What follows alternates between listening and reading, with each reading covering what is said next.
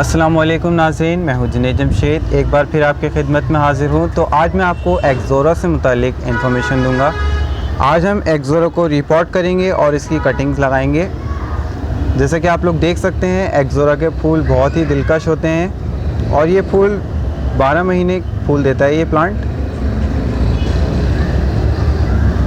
इसी वजह से ये शायकीन की नज़रों का हामिल रहता है। तो नाज़रीन, ये मेरा 1 साल पुराना रिज़ल्ट है। तो मैंने इसको बिल्कुल इतनी सी स्टिक लगाई थी और अब आप देख सकते हैं ये प्लांट कितना ग्रो कर गया है और ये अभी भी ग्रोथ पर है, यहाँ से स्टिक्स निकाल रहा है। बट ये थोड़ा सा डी शेप हो गया है। तो सबसे पहले मैं इसको शेप में ले आऊँगा। इसकी ब्रांचेस को मैं काटूँगा कटर से।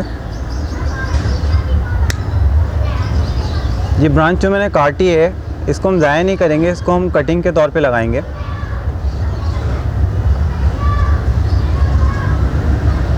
इसी तरीके से मैं एक कटिंग ये भी काटी है मैंने इसको मैं कटिंग के तौर पे लगाऊंगा, ज़ाया नहीं करूंगा। तो जैसा कि आप लोग जानते हैं कि प्लांट की खूबसूरती बिल्कुल स्ट्रेट शाख के अंदर होती है। कोई भी पौधा आप उठाएंगे, उसको आप देखेंगे तो उसकी स्ट्रेट शाख होगी तो वो बिल्कुल आपको एक अच्छा यूनिक प्लांट लगेगा। जबकि अगर कोई प्लांट की शाख एक राइट साइड पे ज़्यादा जा रही है या लेफ़्ट साइड पे ज़्यादा जा रही है तो वो डी शेप कहलाता है, इतना कुछ अच्छा नहीं लगता। तो इसीलिए मैंने जो इसकी लेफ़्ट साइड पे ज़्यादा जा रही थी और इसकी राइट साइड पे ज़्यादा जा रही थी, मैंने इसको काट दिया है। अब मैं इसको रिपोर्ट करूँगा। जैसा कि आप लोग देख सकते हैं, यहाँ पे नए शूट्स निकल रहे हैं।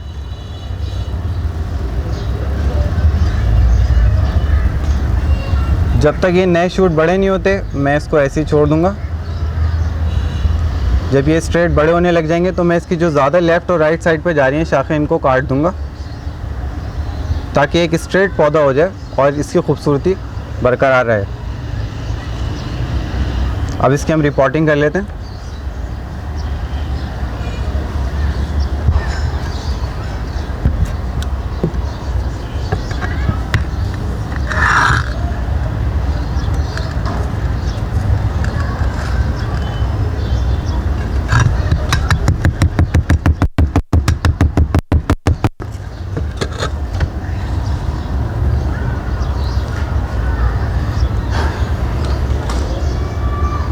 आप इसकी हेयर रूट देख सकते हैं,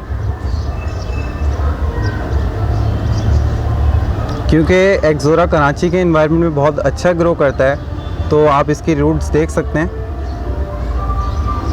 ये बिल्कुल हेल्दी रूट्स हैं। इसकी हेयर रूट्स कहीं से भी बर्न नहीं हुई।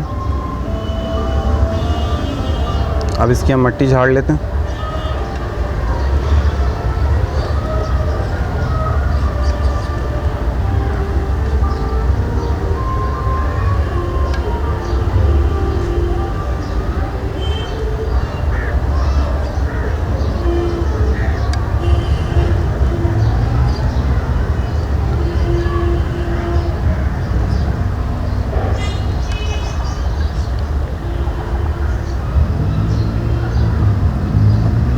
आपने जड़ को बिल्कुल ओपन नहीं करना होता, जैसा कि मैंने थोड़ी मिट्टी इसके अंदर छोड़ दी है।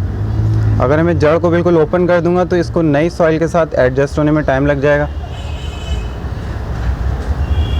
उससे इसकी ग्रोथ मुतासिर होगी। तो मैं इसकी जड़ को बिल्कुल ओपन नहीं करूँगा। तो इसकी सॉइल के अंदर अब हम फर्टिलाइज़र मिला लेते हैं। इसकी सॉइल के अंदर मैं 10 दाने DAP के मिलाऊँगा और 10 दाने इसके अंदर मैं NPK के मिलाऊंगा।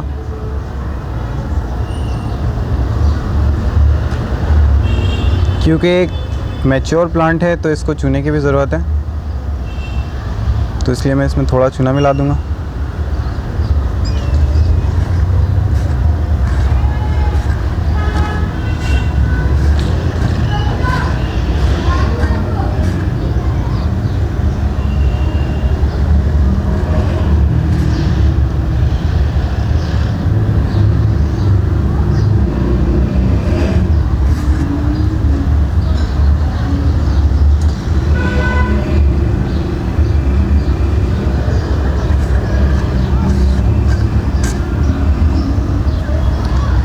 क्योंकि इसकी जड़ें ज़्यादा नहीं है तो इसका मुझे पॉट चेंज करने की ज़रूरत नहीं है। तो मैं इसको पुराने पॉट में ही लगा दूंगा जिस पॉट में ही लगा हुआ था।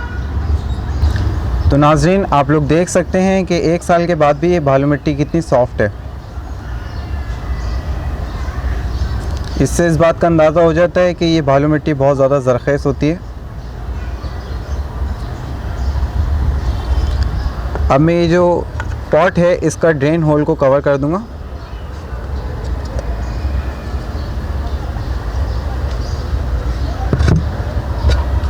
अब इसके अंदर हम मिट्टी डालेंगे।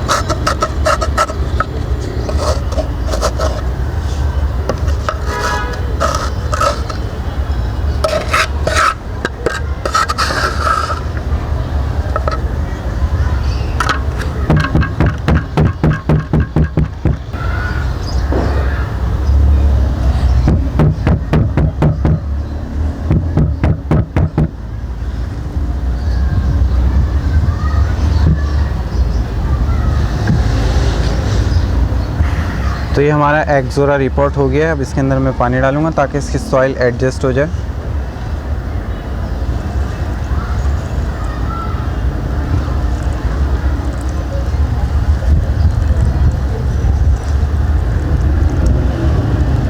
एक बात फिर क्लियर करता चलूँ, जैसा कि मैंने ये ब्रांच लगाई थी, कटिंग इसकी लगाई थी और इसने बिल्कुल डी शेप में ग्रो करना शुरू कर दिया था। तो मार्च के महीने में आप इसको रीशेप कर सकते हैं, इसकी ब्रांचेस जो है वो काट सकते हैं और बिल्कुल जो फ्रंट साइड की ब्रांचेस बढ़ रही हों उसको आप छोड़ सकते हैं। इसमें पौधे की ब्यूटी बिल्कुल बरकरार रहेगी और पौधा डी शेप नहीं होगा। लेकिन मार्च के महीने में आप इसको बिल्कुल रीशेप कर सकते हैं। तो अब मैं इसकी कटिंग लगाऊंगा। जो मैंने कटिंग निकाली थी, शूट्स निकाले थे, इससे काटे थे, इसको मैं लगाऊंगा। एक्सोरा के आप लोग फूल देख सकते हैं, बहुत ही दिलकश हैं। और नॉर्मली एक्सोरा के अंदर 4 कलर होते हैं, red, pink, orange and white.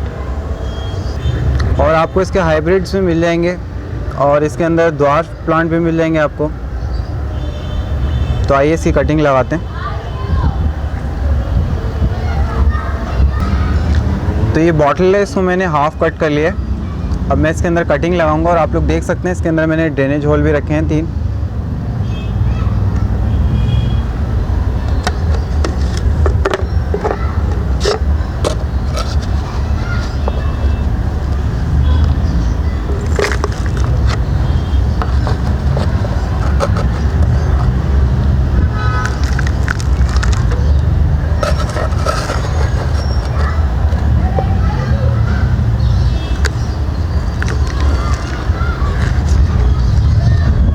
तो इसकी कटिंग लगाने के लिए जो मैंने सॉइल यूज़ की है वही हमारी मिक्सचर है। 20% काव डंग है इसके अंदर और 80% सॉइल है और 1 टीस्पून इसके अंदर भुजा हुआ चूने का चम्मच मिला हुआ है।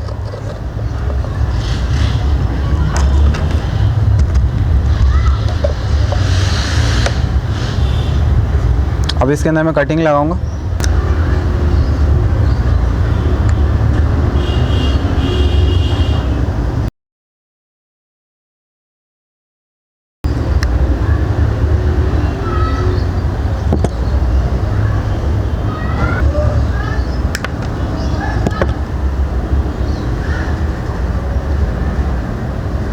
कटिंग काटते वक्त आपने ख्याल ये रखना है कि जिसकी अप साइड है वो अप ही रख के लगानी है आपने, वरना ये ऊपर से रूट तो फेंकेगा नहीं, ये नीचे से ही रूट देगा। तो इसलिए आपने इसका जो नीचे का हिस्सा है वो नीचे ही रख के आपने इसको सॉइल में लगाना है।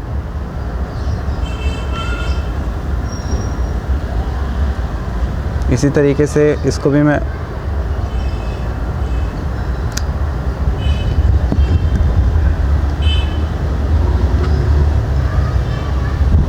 तो ये 3 स्टिक्स मेरी तैयार हो गई हैं। इसको अब मैं लगा दूंगा।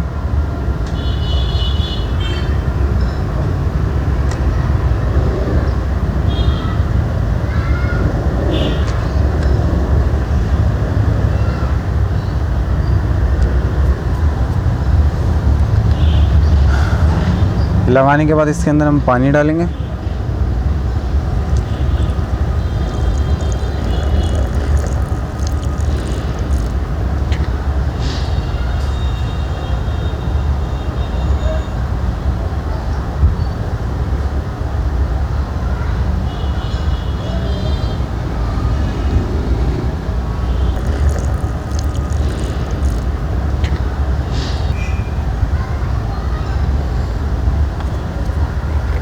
अब लगाने के बाद इसको मैंने ये ऊपर का कैप भी इसका संभाल के रखा है। जो मैंने हाफ़ बॉटल काटी थी इसके ऊपर का मैंने साइड भी संभाल के रखा है। अब इसको मैं ऊपर लगा दूंगा।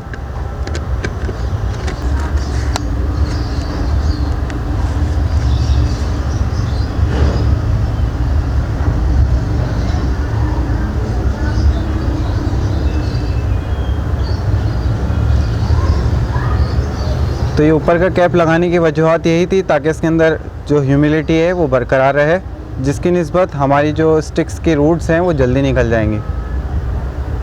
अभी मैंने इसकी सॉइल के अंदर कोई भी फर्टिलाइज़र नहीं डाला है और इसको मैंने कवर कर दिया बिल्कुल। अब आपने इसकी ह्यूमिडिटी का ख्याल रखना है, देखना है कि मिट्टी नम रहे।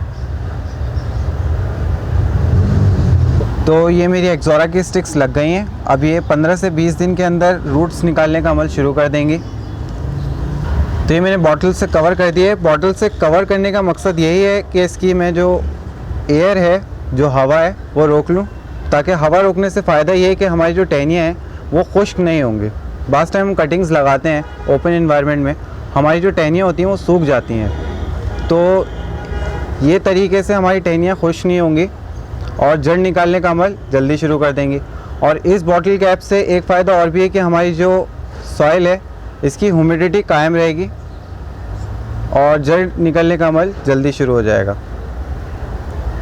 तो ये जो मैंने कटिंग्स लगाई हैं इसके सॉइल के अंदर मैंने बिल्कुल भी कोई फर्टिलाइज़र नहीं मिलाया।